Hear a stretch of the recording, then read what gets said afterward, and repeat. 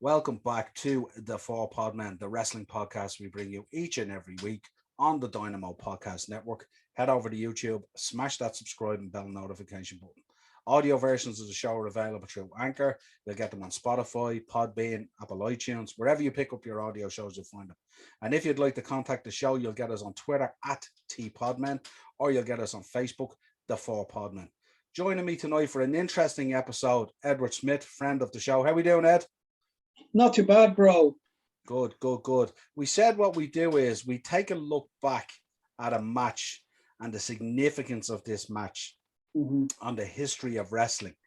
And everyone knows how big a Hulk Hogan fan you are, obviously. So it was definitely going to be a Hulk Hogan match.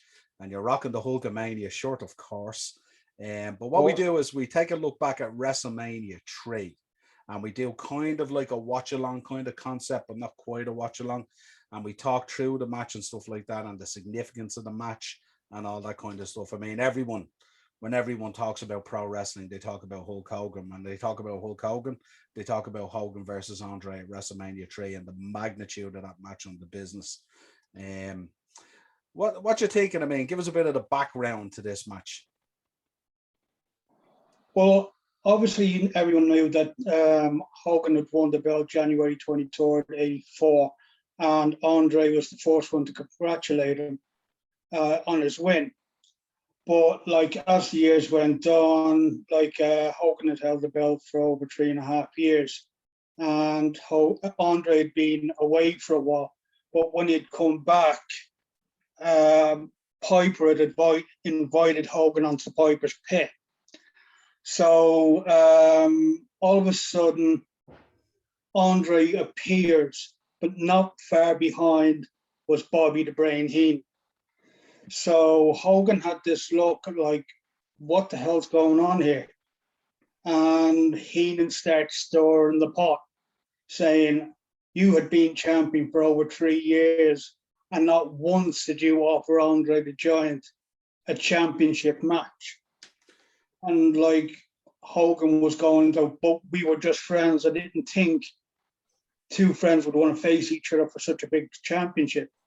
Yeah. But Bobby kept stirring the pot, and it just angered Andre more and more. So Andre made the big challenge, and his way of showing it was ripping the t-shirt off, along with the crucifix, leaving Hogan stunned, not knowing what was going on. Then Piper threw his 5 cents in, said, are you going to accept the challenge at WrestleMania 3? And the shout heard around the world was, yes, I'm going to accept. Yeah, I remember that time. It was like, I remember the different promos and stuff like that, and Hogan saying to Andre, you know, if you had wanted a title shot, all you had to do was ask. You don't need this guy Bobby the Brain Heenan and all. And then Andre was pushing the narrative as the heel and stuff like that. I remember them. It was absolutely outstanding, and it was riveting TV at the time. And even at that time when he got Hogan, and the way he manhandled Hogan, because Hogan's a big man as well, but the way he manhandled him in Piper's Pit with the shirt and the chain with the cross and all, and it's like he tore the life out of Hogan. And Hogan was on the ground, he couldn't believe it, and it was like, why are you doing this, Andre? You don't need Bobby. What are you doing this? We are friends, all this kind of thing, you know what I mean? He was really selling the narrative. And then, of course, as you said, Piper snaked in, as only Piper can do, to actually push the narrative as home as much as he could. And that's when we got the shout around the world that he was accepting the challenge. So then we move on. Obviously, WrestleMania 3, I mean, it's Pontiac Silverdome in Michigan, 93,000 plus, the biggest indoor attendance record of its time and stuff like that. And an unbelievable card. But this was Vince again going all in, because you'll know if you looked at the true story of WrestleMania, Vince said that 3, obviously 1 and 2 were very, very significant in the development of the business. But 3 was the one where he went all in on the roulette table on the turn of that card. And if that hadn't worked out for him, he would have been in serious trouble in terms of financials and stuff like that. So this was massive, and it was a stacked card. And obviously, I mean, Hogan and Andre in the build up to this match, this was the marquee match. You know, everyone thinks WrestleMania 3, Hogan, Andre. But for the purists out there, I mean, obviously Steamboat and Savage earlier in the night, had an unbelievable match that stands the test of time to this day in terms of a wrestling clinic. And obviously they had laid down a marker for Hogan and Andre to follow. Now, obviously, Hogan and Andre, they wouldn't be able to follow to that level of athleticism. But I mean, in terms of psychology and bringing you on a story and telling a story in that match, it's extremely significant in the history of wrestling. Hence the reason we're doing this episode. Exactly. So what we're going to do now is we're going to take a look at the match. Obviously, we can't take a look at it on screen, but we're both going to watch the match and we're going to comment through the match about the significant parts in the match and stuff like that. And then when the match is finished, we're going to come back and talk about the significance of the match on the business. So we'll start now. We're going to start the match. So whenever you're ready. I'm ready. Here we go.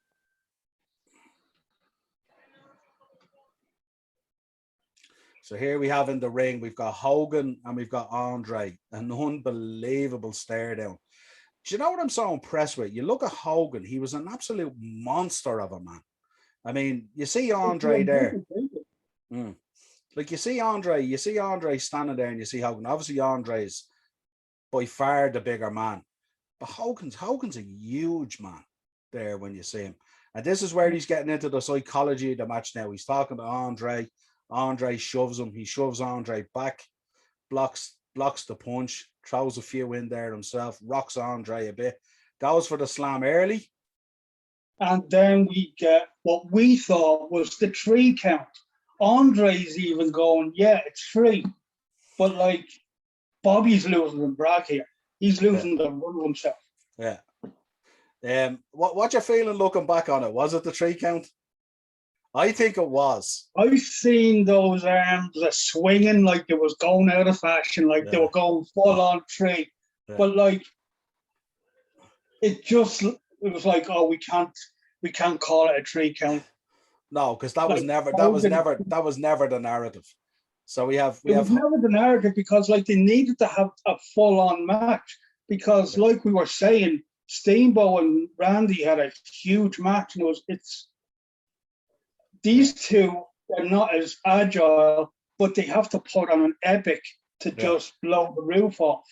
So here we have Hogan now selling like crazy. He's selling the back injury from the attempted body slam, the early body slam. So he's on the ground. Andre is obviously, putting the fists into him, attacking the back. As Andre being an old school guy, he's working the body part brilliantly, beating Hogan down onto the mat. Drops with a knee to the face there. Old skill move. And now Andre's putting the big slam in. Yeah.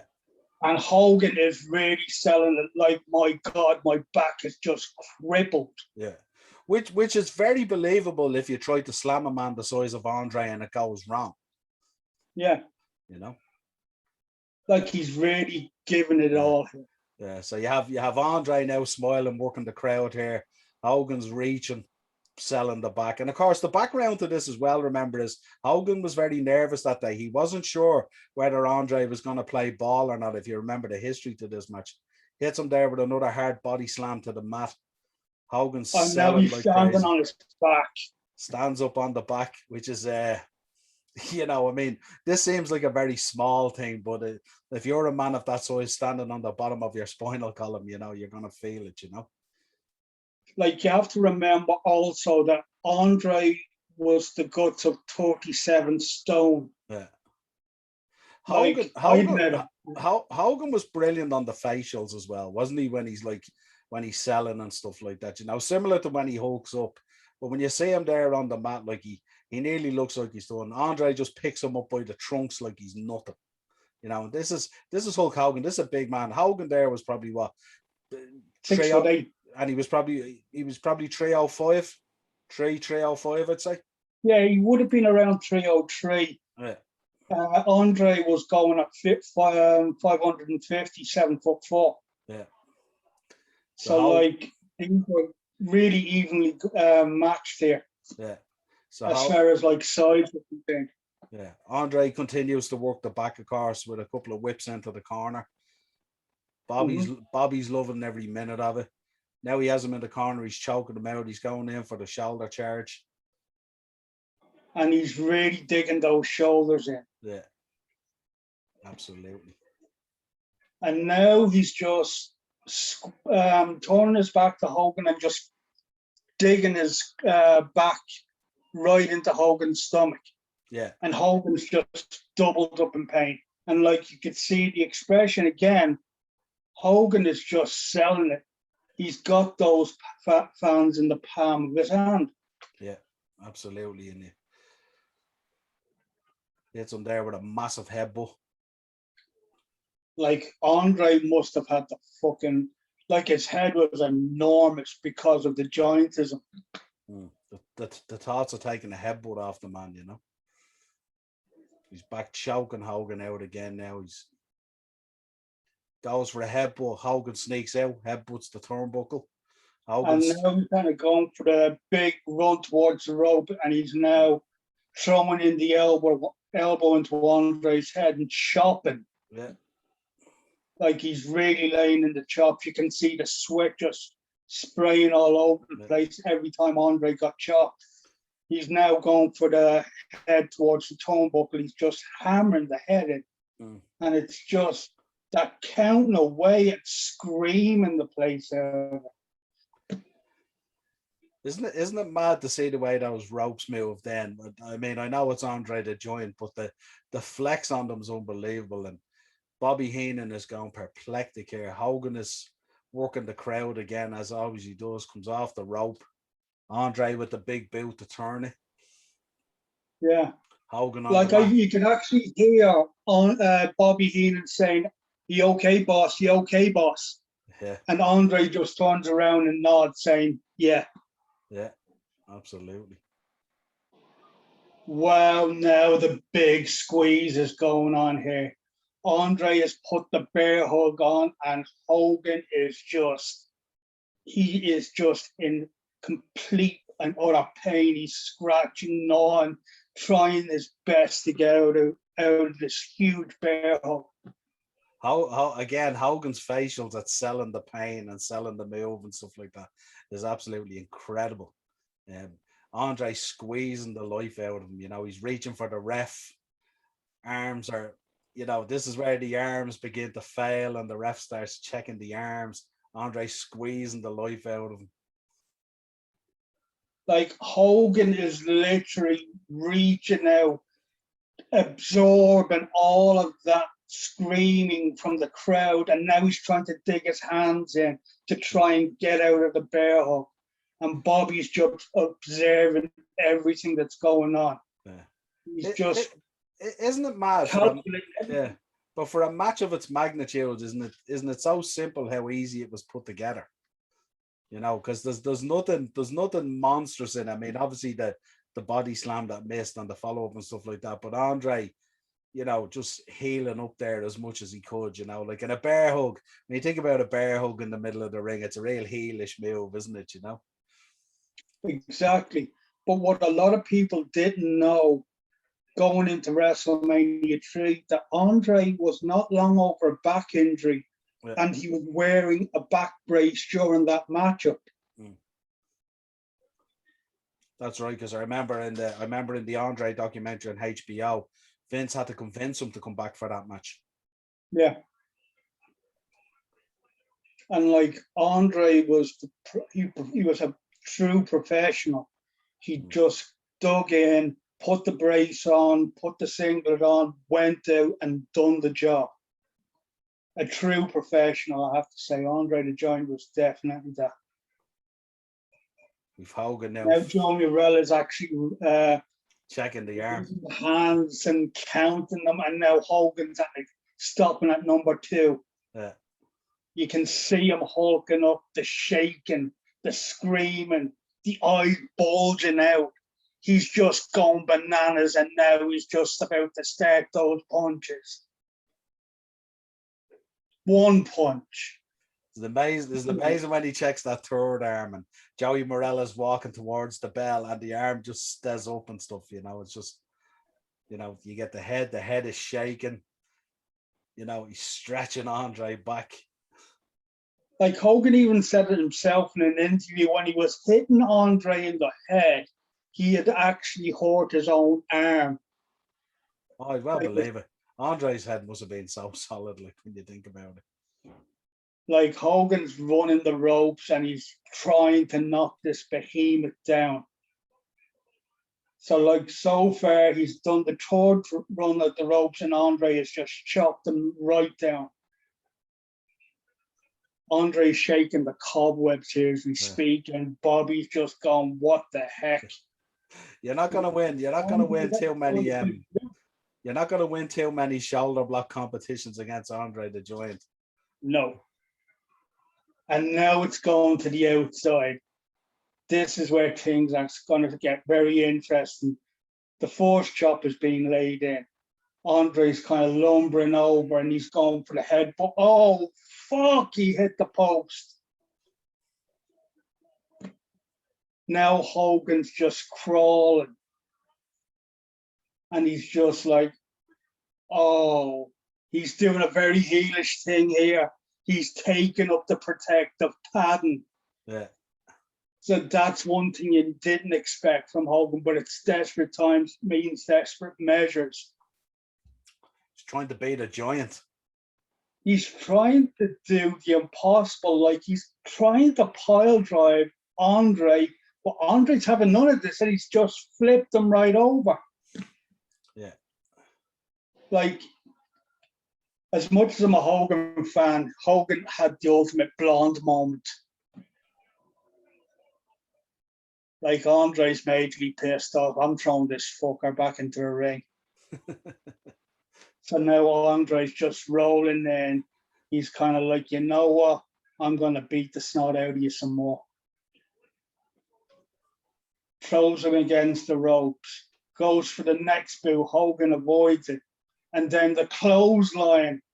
The whole arena is erupted. Andre's on his back. Heenan's having a nervous breakdown, checking on his man. Meanwhile, Hogan's hulking up.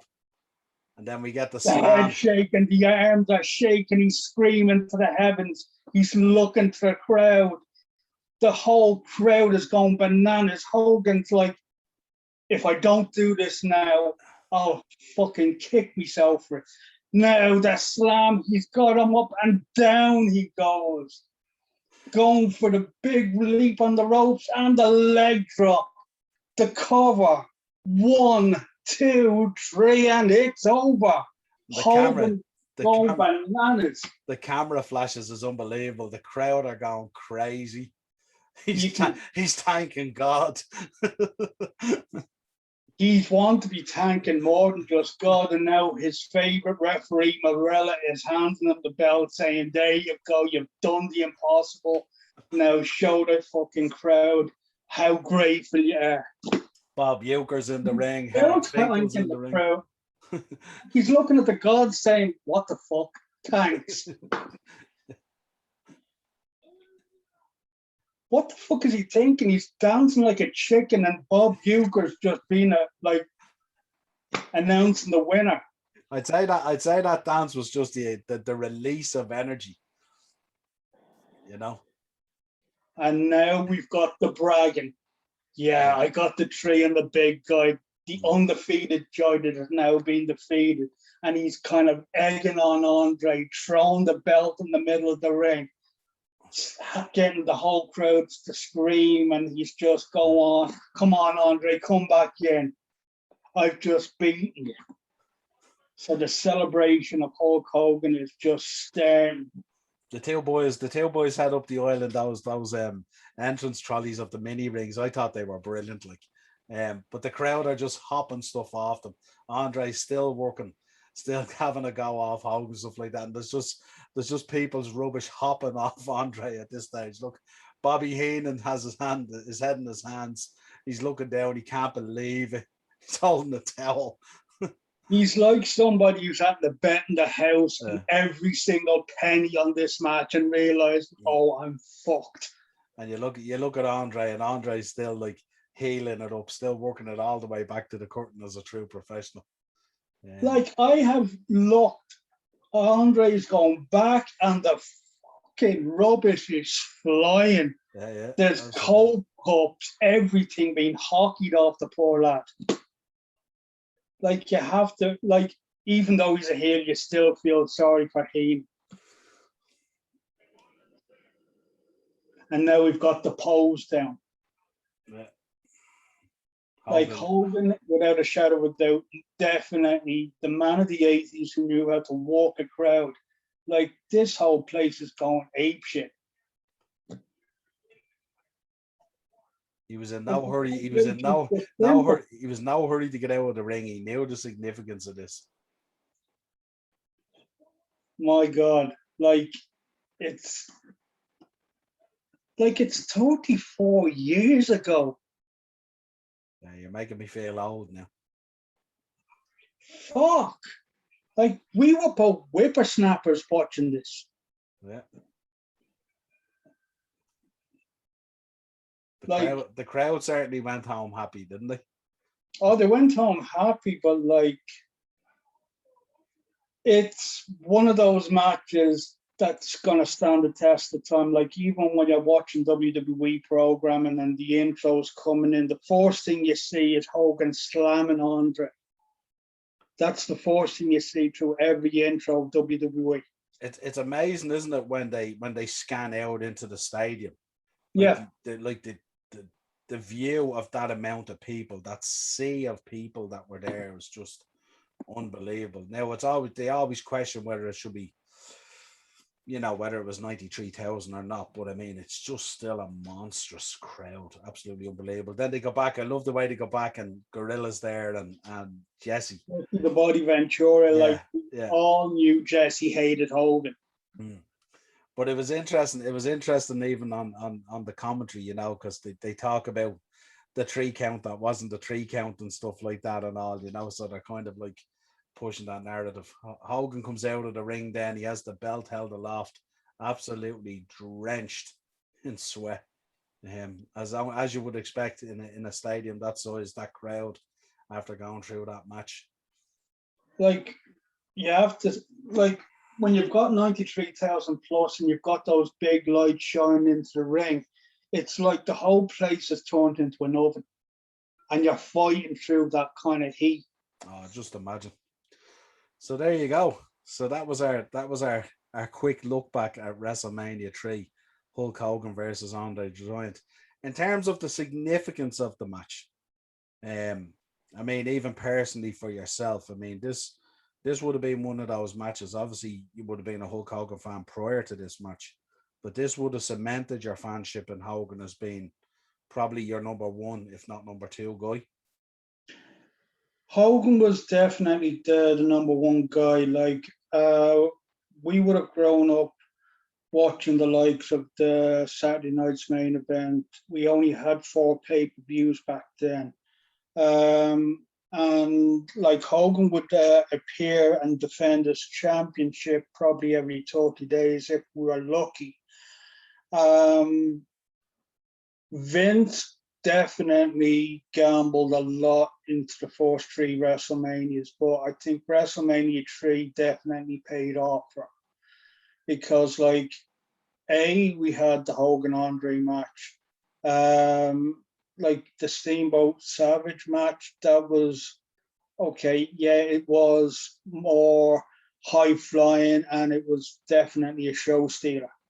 So, when we talk about show stealers today, or probably about 5-6 years ago, if Undertaker done a match mid card during the streak, everyone was kind of saying, "We've got to beat this." Yeah. So, but it was also the star power at it as well. I mean, you had Bob Uecker there, and I think it was Aretha Franklin did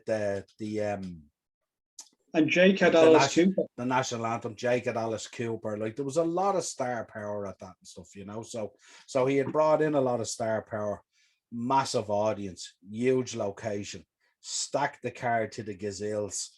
I mean, anyone and everyone who was in WWF at the time had a match or some sort of aspect on this card, And for quite a long time, that attendance record was unbeaten.